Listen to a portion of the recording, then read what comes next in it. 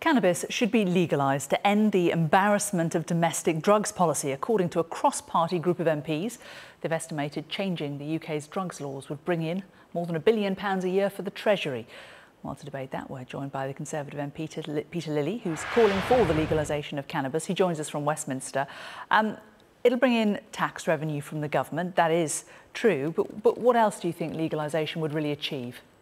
Well, it will end the greatest harm that the present situation involves, whereby people who do use cannabis can only get it from illegal gangs who often push them to take hard drugs as well.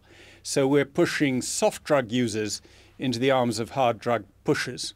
And we're also creating a vast industry for drug gangs, which gives them a lot of income, which would be better channeled through an illegal outlet, taxed. I'm not in favour of encouraging cannabis use. I've never taken it myself, and that's probably why I've got a clear enough head to see that our present policy isn't working.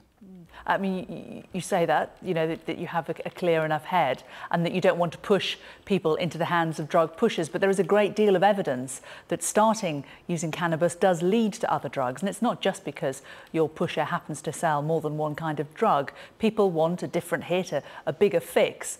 And cannabis has been shown to then lead on to people becoming addicted to other much stronger drugs. And that's the argument why we shouldn't legalise it, isn't it? I don't think that is so. In the Netherlands, for example, it's legal to use cannabis, but as a result, people get it from legal outlets, and far fewer people in Holland go on from using cannabis to using hard drugs because they're not in contact with people pushing those drugs.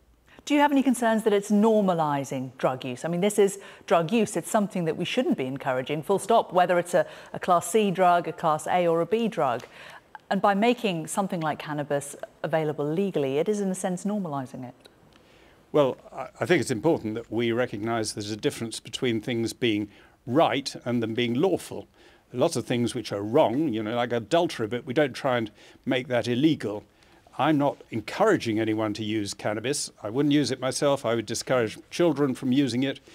But I think if we devote most of our drug control resources to preventing cannabis ineffectively, we don't control the hard drugs which do far more damage. Having said that, if it is legalised, there will be people who will say, oh, you can get this legally, this isn't illegal, this isn't bad for me, I should be able to use it. And it makes it more normal, and it could lead to the numbers of people taking cannabis increasing. Well, one's got to explain why in the Netherlands fewer people use cannabis than in this country, even though it's legally available. We haven't succeeded by making it illegal in stopping people using it. We have discredited the law, we've created a vast industry for criminals, we've put people on the route from soft drugs to hard drugs, and we've avoided having a potentially useful source of revenue for the government. And we haven't even made it available for medical uses. What about the school of thought that because cannabis is illegal, that some people who would possibly use it are fearful, some people who want to avoid prison or who want to avoid a criminal record if they are caught with it will go into rehabilitation and will stop using it. Therefore, the fact that it is illegal is proving a deterrent to some people. Well, as I say, there doesn't seem to be overmuch evidence, given that in countries where it is legal, the rate of use is either lower or about the same as in Britain.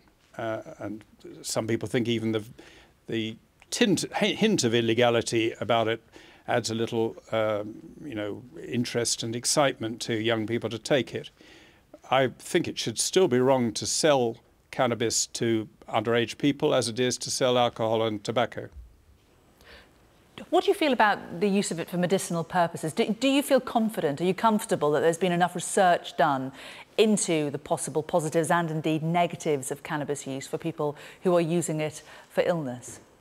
Well, clearly, if it's going to be prescribed for medical purposes, then it should go through all the tests of any other drug. But if people use it because it relaxes pain and eases their suffering, then, and it's in safe form, then I see no harm in that. What about the health implications of people who have very, very adverse reactions to it? There's a lot of evidence that young people, young men especially, react very badly, some of them, to taking marijuana, especially to the stronger skunk varieties, and it can lead to really significant mental health problems.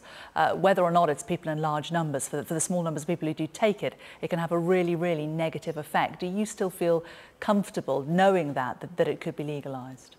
Well, one thing we can do if we sell it legally is have health warnings on it and at the places where it's sold, so that people who've got conditions with which it would react adversely will be warned of it, as they're not at present. It doesn't stop young people drinking or smoking, though, does it? They know that's bad for them too. Well, it stops some of them. You're not allowed to sell alcohol and tobacco to underage people. You shouldn't be allowed to sell cannabis or other drugs to them either. But we won't entirely prevent that, and we certainly haven't prevented it at present. So it's not as if the present system was working. OK, Peter Lilley, good to talk to you. Thanks very much. Pleasure.